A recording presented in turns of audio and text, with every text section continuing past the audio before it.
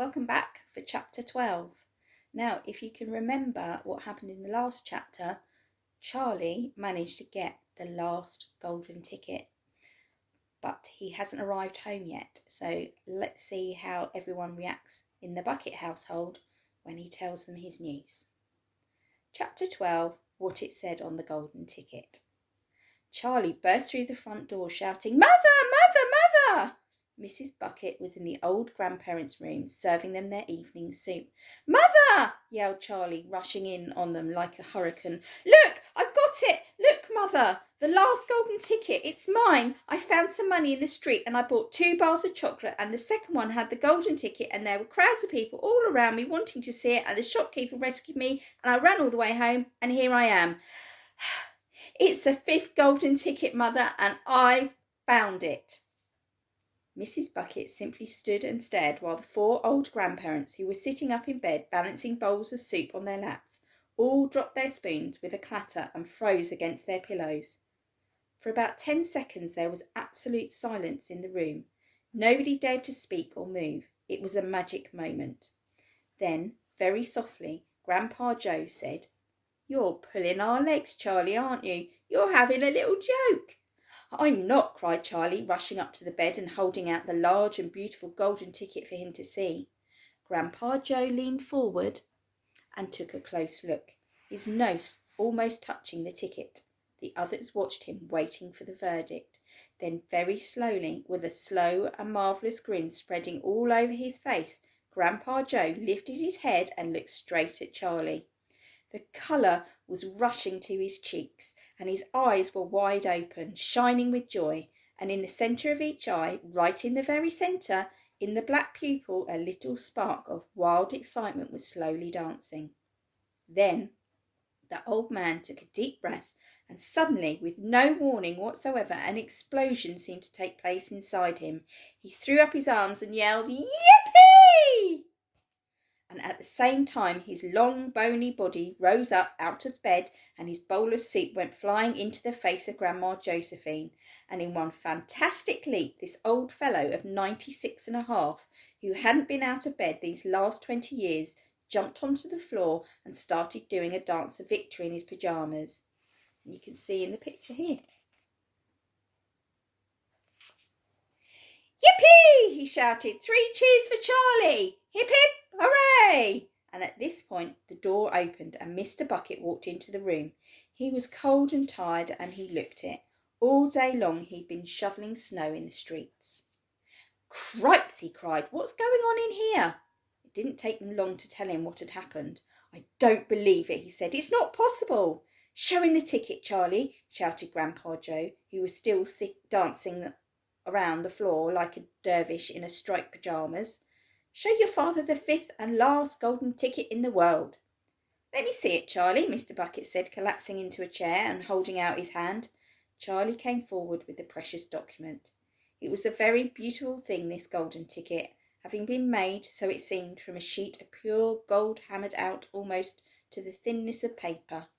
On one side of it, printed by some clever method on jet black letters, was the invitation itself, from Mr. Wonka. "Read it aloud," said Grandpa Joe, climbing back into his bed again at last. "Let's all hear exactly what it says." Mr. Bucket held the lovely golden ticket up close to his eyes. His hands were trembling slightly, and he seemed to be overcome by the whole business. He took several deep breaths. Then he cleared his throat and said, "All right, I'll read it. Here we go. Greetings to you, the lucky finder of this golden ticket, from Mr. Willy Wonka. I shake you warmly by the hand. Tremendous things are in store for you. Many wonderful surprises await you. For now, I do invite you to come to my factory and be my guest for 1 whole day. You and all others who are lucky enough to find my golden tickets. I, Willy Wonka, will conduct you around the factory myself, showing you everything there is to see, and afterwards, when it is time to leave, you'll be escorted home by a procession of large trucks. These trucks, I can promise you, will be loaded with enough delicious eatables to last you and your entire household for many years. If at any time thereafter you should run out of supplies, you have only to come back to the factory and show this golden ticket, and I shall be happy to refill your cupboard with whatever you want. In this way, you will be able to keep yourself supplied with tasty morsels for the rest of your life. But this is by no means the most exciting thing that will happen on the day of your visit. I am preparing other surprises that are even more marvellous and more fantastic for you, and for all my beloved golden ticket holders, mystic and marvellous surprises that will entrance, delight, intrigue, astonish and perplex you beyond measure. In your wildest dreams you could not imagine that such things could happen to you. Just wait and see. And now, here are your instructions. The day I have chosen for the visit is the first day in the month of February. On this day, and on no other, you must come to the factory gates at 10 o'clock sharp in the morning. Don't be late. And you are allowed to bring with you 1 or 2 members of your own family to look after you and to ensure that you don't get into mischief. One more thing. Be certain to have this ticket with you, otherwise you will not be admitted. Signed, Mr. Willy Wonka. The 1st of February, cried Mrs. Bucket, but that's tomorrow. Today is the last day of January. I know it is. Cripes, said Mr. Bucket, I think you're right. You're just in time, shouted Grandpa Joe. There's not another moment to lose. You must start making preparations at once. Wash your face, comb your hair, scrub your hands, brush your teeth, blow your nose, cut your nails, polish your shoes, iron your shirt, and for heaven's sake get all that mud off your pants. You must get ready, my boy. You must get ready for the biggest day of your life. Now don't overexcite yourself, Grandpa, Mrs. Bucket said, and don't fluster poor Charlie. We must all try to keep very calm. Now the first thing to decide is this. Who is going to go with Charlie to the factory? I will, shouted Grandpa Joe, leaping out of bed once again. I'll take him. I'll look after him. You can leave it to me. Mrs. Bucket smiled at the old man. Then she turned to her husband and said, How about you, dear? Don't you think you ought to go? Well, Mr. Bucket said, pausing to think about it. No, I'm not sure that I should. But you must. There's no must about it, my dear, Mr. Bucket said gently. Mind you, I'd love to go. It'll be tremendously exciting. But on the other hand, I believe that the person who really deserves to go most of all is Grandpa Joe himself. He seems to know more about it than we do, provided, of course, that he feels well enough. Yippee! Shouted Grandpa Joe, seizing Charlie by the hands and dancing around the room. He certainly seems well enough, Mrs. Bucket said. Yes, perhaps you're right after all. Perhaps Grandpa Joe should be the one to go with him. I certainly can't go myself and leave the other 3 old people all alone in bed for a whole day.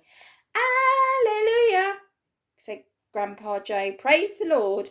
At that point there came a loud knock on the front door. Mr. Bucket went to open it, and the next moment swarms of newspapermen and photographers were pouring into the house.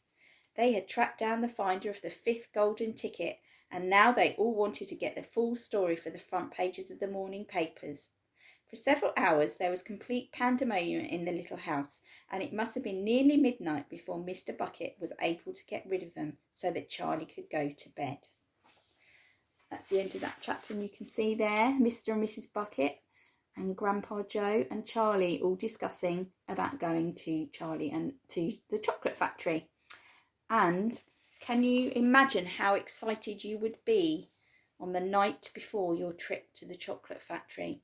I wonder if Charlie would get any sleep. Okay, I'll see you again soon.